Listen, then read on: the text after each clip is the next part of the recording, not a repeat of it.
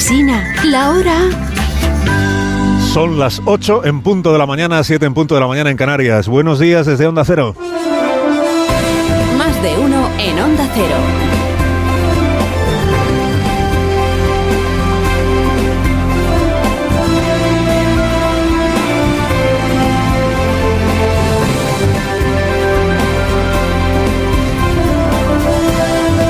Y un saludo al alcalde de Madrid, que igual si se asoma, si ha entrado ya a trabajar, que no sé a qué hora entra el alcalde, pero si se asoma desde el balcón de su despacho, igual nos ve que está el autocar Verde Radio de Onda Cero en este día de la radio.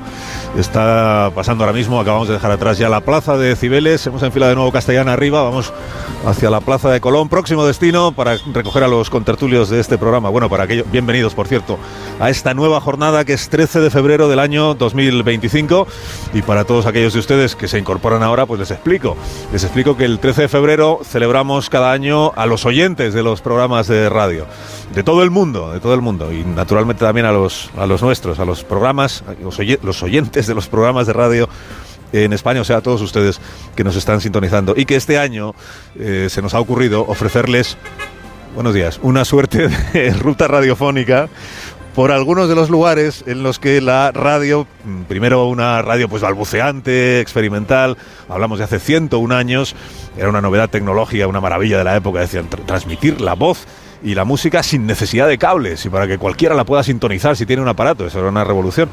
Cuando la radio empezó en España a creer en sí misma y a imaginar hasta qué punto podía llegar a cambiar la vida cotidiana de los ciudadanos. Entonces, sin ánimo de presumir, hoy estamos haciendo una ruta radiofónica por Madrid. Acabamos de dejar atrás el Palacio de Telecomunicaciones, que es como se llama en realidad la sede del Ayuntamiento de Madrid, el Palacio de Comunicaciones, y si se llama Palacio de Comunicaciones es por algo, es porque hasta allí llegaban todos los cables de cobre que traían las señales eléctricas a los telegrafistas que estaban ahí recibiendo los mensajes hace pues ciento y pico años. Y en el Palacio de Telecomunicaciones se instaló una de las primeras emisoras, no emisora de radio como hoy la entendemos, pero sí para emitir señales y para transmitir ahí los conciertos de la banda municipal desde el Palacio desde los Jardines del Retiro. Bueno, todo esto lo iremos contando esta mañana. Sin ánimo de presumir, 101 años después de que esto empezara en España, el medio que más influye hoy en el debate público que a diario se produce en nuestro país es, con permiso de la tele, es la radio. Es la radio, es el medio más influyente. La radio hablada, los programas que a estas horas competimos para captar su atención, fíjese, y su fidelidad, si sumamos oyentes de todos los programas de radio hablada a esta hora de la mañana en nuestro país, nos salen más de 9 millones de personas. 9 millones de personas sintonizando ahora mismo programas de radio como este en España. Bueno, esta mañana, ¿qué pretendemos hacer? Pues pretendemos unir el pasado con el futuro. O sea, quienes hoy hacemos los programas, y ustedes y vosotros que nos escucháis, en realidad somos los que estamos en el medio, entre lo que fue y lo que vendrá. Somos herederos de lo que se hizo y somos, de alguna manera, pues antecesores de lo que se hará. ¿Cómo será la radio del futuro? No se lo vamos a poder contar esta mañana porque es que no lo sabemos. Es que no sabemos cómo será. ¿Cómo fue la primera radio que se hizo en España? Sí se lo podemos contar, además nos apetece mucho contárselo hoy, porque a la peripecia de aquellos jóvenes y audaces pioneros de nuestro medio, pues le debemos que la radio, que el invento pues germinara y empezara a echar muy sólidas raíces en la sociedad española. Y por eso esta mañana, y hago un primer avance de lo que vamos a contarles, de lo que tenemos por delante, esta mañana detendremos este autocar, por ejemplo, en el punto exacto de Madrid en el que 3 hermanos veinteañeros, amigos de trastear con cables y con aparatos muy rudimentarios, instalaron un micrófono y empezaron a emitir cada noche durante un rato largo. Y así empezó lo que hoy llamamos una programación de radio regular en España. Porque este autocar en el que vamos y que está siendo ya visto y saludado por muchos oyentes nuestros de Madrid, este autocar permite viajar en el tiempo también.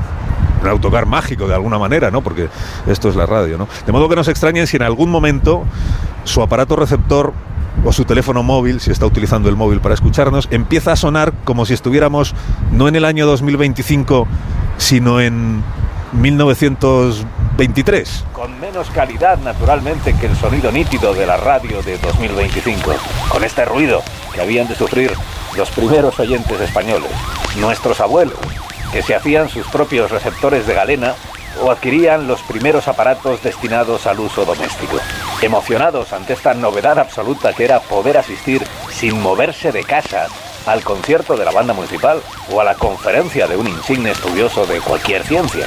Claro, en aquella España en la que había empezado a gobernar, por cierto, un directorio militar y las cortes estaban suspendidas, en aquella España ingenieros, telegrafistas, empresarios, periodistas van a ir experimentando, van a ir descubriendo todas las posibilidades que ofrece esta nueva maravilla llamada radio, mientras el gobierno, porque esto no cambia, el gobierno estaba en la tarea de regular la cosa, de regular quién podía emitir y quién no podía, y desde dónde podía emitir y con qué potencia podía emitir, en fin, todo eso, ¿no?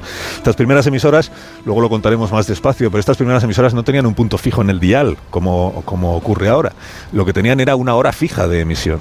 O sea, no se permitía que dos emisoras emitieran a la vez, para que no se interfirieran, porque no emitían en el mismo punto todos los días en la misma frecuencia. O sea, ¿se imagina usted si esto se hubiera mantenido?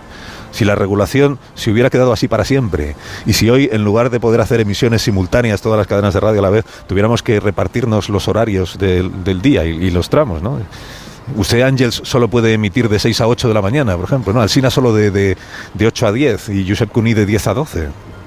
Bueno, en 1924 el prime time no era la mañana, el prime time era la noche, de 10 a 12 de la noche, con los radioyentes ahí recogidos todos en casa y esperando a ver qué tocaba escuchar ese día.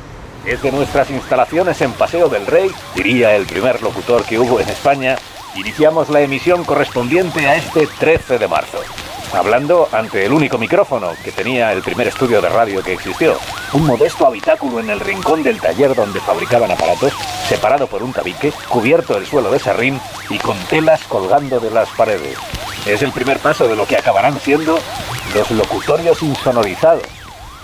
Pues esto es lo que vamos a hacer esta mañana, conectar el pasado con el futuro y a vueltas con el futuro pues dejaremos una suerte de recuerdo para el futuro, porque al final de este programa pretendemos llenar una cápsula del tiempo con objetos que representen lo que hoy es la radio en nuestro país para que sea abierta el 13 de febrero del año 2050, para que los que en aquel momento se ocupen de esto pues puedan ver cómo era la radio que hacíamos 25 años atrás.